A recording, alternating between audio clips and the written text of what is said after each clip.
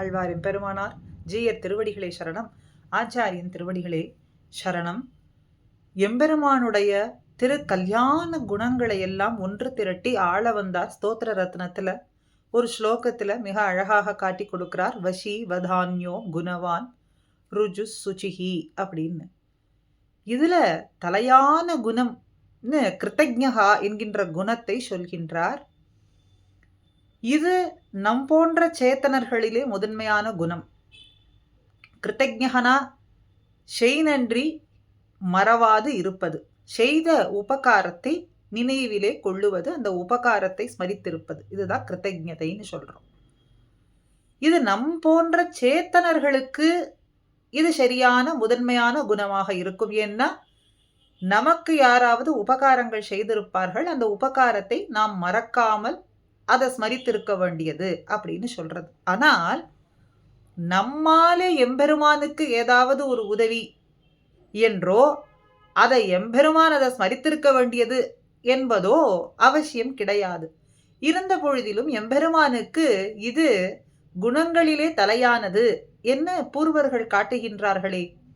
ஸ்லோகங்கள் பல ஸ்லோகங்கள் இதை சொல்கின்றதே என்றால் அதற்கு ராமாயண ஸ்லோகம் ஒன்று சொல்லப்படுறது.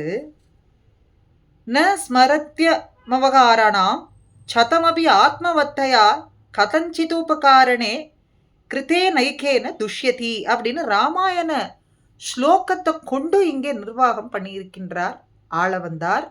அதை வைத்துக்கொண்டே பூர்வர்களும் நமக்கு எம்பெருமானுடைய திருக்கல்யாண குணங்களிலே இது முதன்மையான குணமாகும் என்றும் காட்டுகின்றார்கள். இந்த ஸ்லோகமானது ராமனுடைய கிருத்தஜ்ஞ குணத்தை நன்னாக வெளியிட்டு காட்டுகின்றது என்றும் சொல்றார்கள். ராமன் எப்பொழுதும் உள்ளம் பூரித்திருப்பானாம். தனக்கு உபகாரம் செய்த வேண்டும் அப்படின்னு சொன்னா எப்பொழுதோ செய்தது செய்ய வேண்டும், ராமனுக்கு கைங்கரியத்துல நாம் ஒரு ஈடுபாடு கொள்ள வேண்டும்னு நினைத்த பொழுதிலும் கூட அதை 100 விதமான உதவிகளாக நினைத்து உள்ளம் பூரித்திருப்பானாம். ஆனா சின்ன உதவியை செய்தால் கூட இவன் இப்படி உதவி செய்ய வேண்டும்னு நினைத்தால் கூட இவன் உள்ளம் கொண்டிருப்பானாம் அப்படின்னு சொன்ன பொழுதிலும் கூட பெரியதாக அவனுக்கு தீங்கு நினைத்தால் கூட அதை அவன் மனத்திலே கொள்ளவே மாட்டானாம் அப்படிங்கிறதான் கதஞ்சித் என்கின்ற வாக்கியத்தின் மூலமாக இங்கே காட்டுகின்றார். உபகாரம் செய்ய வேண்டும் என்கின்ற எண்ணத்தோடு அது இல்லாமல் அபுத்தி பூர்வமாக செய்தாலும் கூட எம்பெருமான் அதை நெஞ்சார ஏற்றுக்கொள்கின்றானாம். நெஞ்சாரவே 100கணக்கான தீமைகள் நாம் செய்தாலும் கூட எம்பெருமான் அதை நெஞ்சிலே ஏற்றுக்கொள்வதே இல்லை என்னதான் ஆழ்வாரும் வெறியதே அருள் செய்வர் என்று காட்டியிருக்கிறார். ஒன்றுமே செய்யாதவர்களுக்கு கூட மிகச்சிறந்த அருளை செய்பவன் ராமன். இப்ப நாம் என்ன செய்தது இங்க சொன்னது, உபகாரம் செய்ய வேண்டும்னு நினைக்க கூடியவர்கள் செய்தவர்களை கூட சின்னது செய்தாலும் கூட அதை பேருதவியாக நினைத்து உள்ளம் பூரித்திருப்பான்னு. உதவி செய்யாதவர்களுக்கு கூட அருளை பாலிப்பவனானவன் எம்பெருமான்னு சொல்றீர்களே, இது என்ன ஒரு வியப்பா இருக்கு அப்படின்னா இது பாராட்ட வேண்டியதான குணம் தானே அப்படின்னும் கேட்கிறார்கள். அதை எந்த இடத்துல பார்க்கலாம்னா சுக்ரீவ மகாராஜன் இடத்துல பார்க்கலாம்னு. குரங்குகளுக்கு அரசரான சுக்ரீவனிடத்திலேயும் அரக்கர் கோமானான விபீஷணனிடத்திலேயும் அருள் பாலித்ததை நாம் இங்கே பார்க்கலாம். ஆனா விபீஷணனோ எம்பெருமானிடத்திலே சரணம் ராமா நின் திருவடியே சரணம்னு பிரார்த்தித்ததனாலே அவனுக்கு உபகாரம் செய்ததை ஏற்றுக்கொள்ளலாம். ஆனா சுக்ரீவன் எம்பெருமானிடத்துல சரணம் புகுந்தேன் உம்முடைய திருவடிகளிலே அப்படின்னு சொன்னதாக எந்த இடத்திலேயும் சொல்லப்படவில்லையே. இருந்த பொழுது சுக்ரீவனுக்கு இங்கே அருள் செய்ததாக நாம் பார்க்கின்றோமே என்று ஒரு கேள்வி கேட்கின்றார்கள். சுக்ரீவக சரணம் கதகான்னு ராமன் தான் சுக்ரீவன சரணம் புகுந்ததாக நாம் பிரமாணங்கள் படி பார்க்கின்றோம். இப்படி சுக்ரீவன் சரணம் புகுந்ததாக எங்குமே இல்லை. இருந்த பொழுதிலும் கூட சுக்ரீவன் தனக்கு பேருதவி செய்ததாகவே ராமன் எம்பெருமான் திருவுள்ளத்திலே கொண்டான் அப்படின்னும் காட்டப்படுகின்றது. அப்படின்னா அந்த உதவி என்ன? ராமன் பிராட்டியை பிரிந்திருந்த சமயத்துல பம்பை நதி தீரத்துல சிறிய திருவடியானவர் ராமனை பார்த்து சுக்ரீவனிடத்துல அழைத்து சென்னானே, அப்போ இது சுக்ரீவனினுடைய கட்டளையினால் தானே நடந்தது. சுக்ரீவன் செய்யவில்லை அப்படின்னா இப்படி ஒரு குணவானான மிக பணிவான குணங்களிலேயே தலைவனாக இருக்கக்கூடிய, இப்ப ராமனெம்பெருமான குணங்களிலே தலைவன் சொல்றோம். ஆனா குணங்களிலே தலைவனானவர் சிறிய திருவடி அப்படின்னும் காட்டுகின்றார்கள் இங்கே. அப்படி குணங்களிலேயே சிறந்தவரான மிக பணிவோடு இருக்கக்கூடியவரான சிறிய திருவடியை நாம் பார்த்தோமே, அது சுக்ரீவனுடைய கட்டளையால் தானே நடந்தது என்கின்ற உதவி இவன் இப்படி செய்தானேன்னு அதை திருவுள்ளம் கொண்டு பூரித்திருந்தானாம்.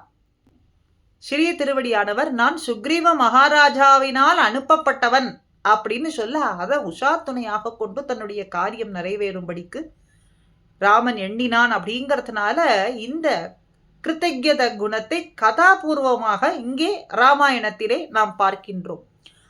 ஆள வந்தார் வசீவதான்யோ குணவான் ருஜு சுச்சிகின்னு இந்த திரு கல்யாண குணங்கள், அதிலேயும் இந்த கிருத்தஜ்ஞா என்கின்ற குணமானது பரந்தாமனான நாராயணனிடத்திலேயே காணப்பட்டதனால அதை நாராயணனான எம்பெருமானிடத்திலேயே நிரூபிக்க வேண்டும் என்றும் திருவுள்ளம் கொண்டார். அதைத்தான் இங்கே சொல்றார். கிருத்தஜ்ஞா அப்படிங்கிற சொல்லுக்கு காரியங்களை உணருபவன் அப்படின்னும் ஒரு பொருள் உண்டு. செய்த உதவியை மறவாதவர் என்றும் செய்கின்ற செயல்களை உணருபவர் என்றும் அர்த்தம் உண்டு. சேத்தனர்களாகிய நாம் செய்யக்கூடிய காரியங்களை எல்லாம் உணருபவனானவன் எம்பெருமான் அப்படிங்கிற அர்த்தமா.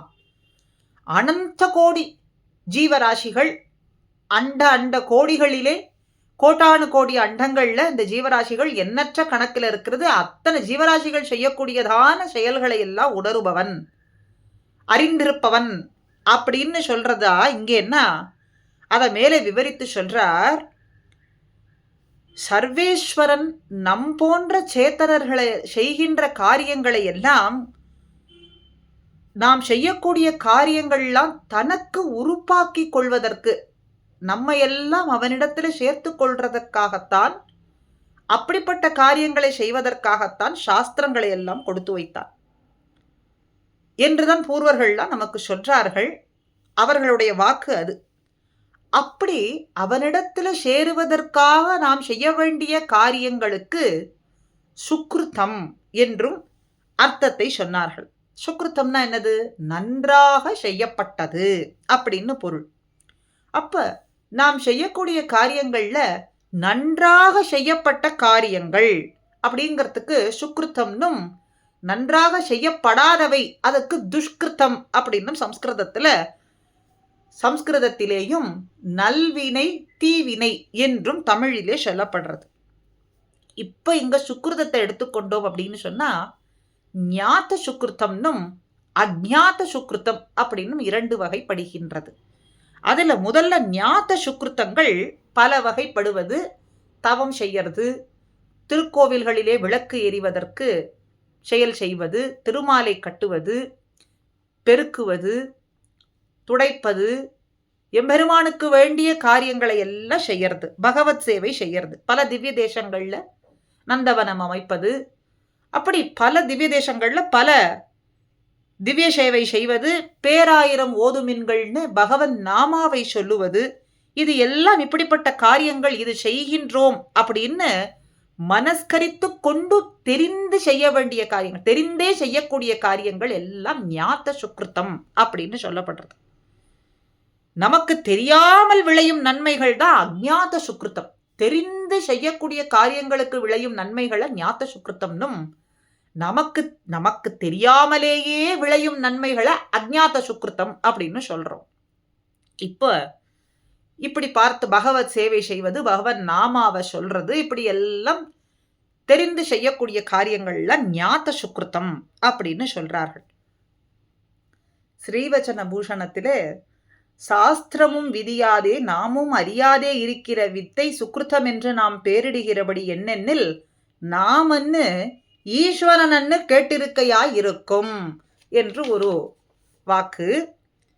நாம் தெரியாதிருந்து செய்த காரியங்களாயிருந்தாலும் கூட எம்பெருமான் அதை தெரிந்திருக்கின்றான் அப்படிங்கிறதுனால அதையும் சுக்ருத்தம் என்றே கொள்ள வேண்டும் அப்படின்னு சொல்றார்கள். இங்கே நாம் தெரியாது செய்யக்கூடிய காரியங்களாயிருந்தாலும் அது பகவத் சேவை, பகவன் நாமாவை சொல்றது, பேராயிரம் ஓதுமின்கள், அப்படின்னு சொல்றதுனாலே, அது நாம் தெரிந்திருக்க வேண்டிய அவசியம் அல்ல. அது ஈஸ்வரன் நிச்சயமாக தெரிந்திருப்பான் அப்படிங்கிறதுனால அந்த செய்கைகளையும் சுக்ருத்தம் அப்படின்னு சொல்றார்கள். ஆக சுக்ருத்தம்னா நன்றாக செய்யப்பட்டதான செயல்கள் அப்படின்னு சொல்றதுனாலே, இதை அறிந்திருப்பவன் எவன்?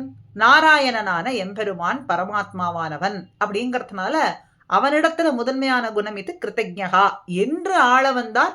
ராமாயண ஸ்லோகத்தையும் கொண்டு இந்த ஸ்லோகத்தை வசீவதான்யோ குணவானிலே நமக்கு மற்ற குணங்களை ஒன்று திரட்டி காட்டினாலும் கூட இந்த குணத்தை மிகவும் அனுபவித்து நமக்கு காட்டி கொடுக்கிறார். அந்த குணத்தை இந்த ஸ்ரீவச்சனபூஷண வாக்கியத்தை கொண்டும் நாம் இன்று அனுபவித்தோம். ஆக கிருத்தஜ்ஞகா அப்படிங்கிறதுக்கு செய்த உதவியை நினைத்திருப்பது, மறவாதிருப்பது என்றும் செய்யக்கூடிய காரியங்களை உணருபவன் என்றும் இந்த ரெண்டுக்கும் ராமாயண ஸ்லோகத்தை கொண்டும் இங்கே ஸ்ரீவச்சனபூஷண வாக்கியத்தை கொண்டும் ஆழ்வார் வாக்கை கொண்டும் இங்கே நமக்கு இந்த அனுபவம் இன்று பூர்வர்கள் காட்டினபடிக்கு அனுபவித்தோம்.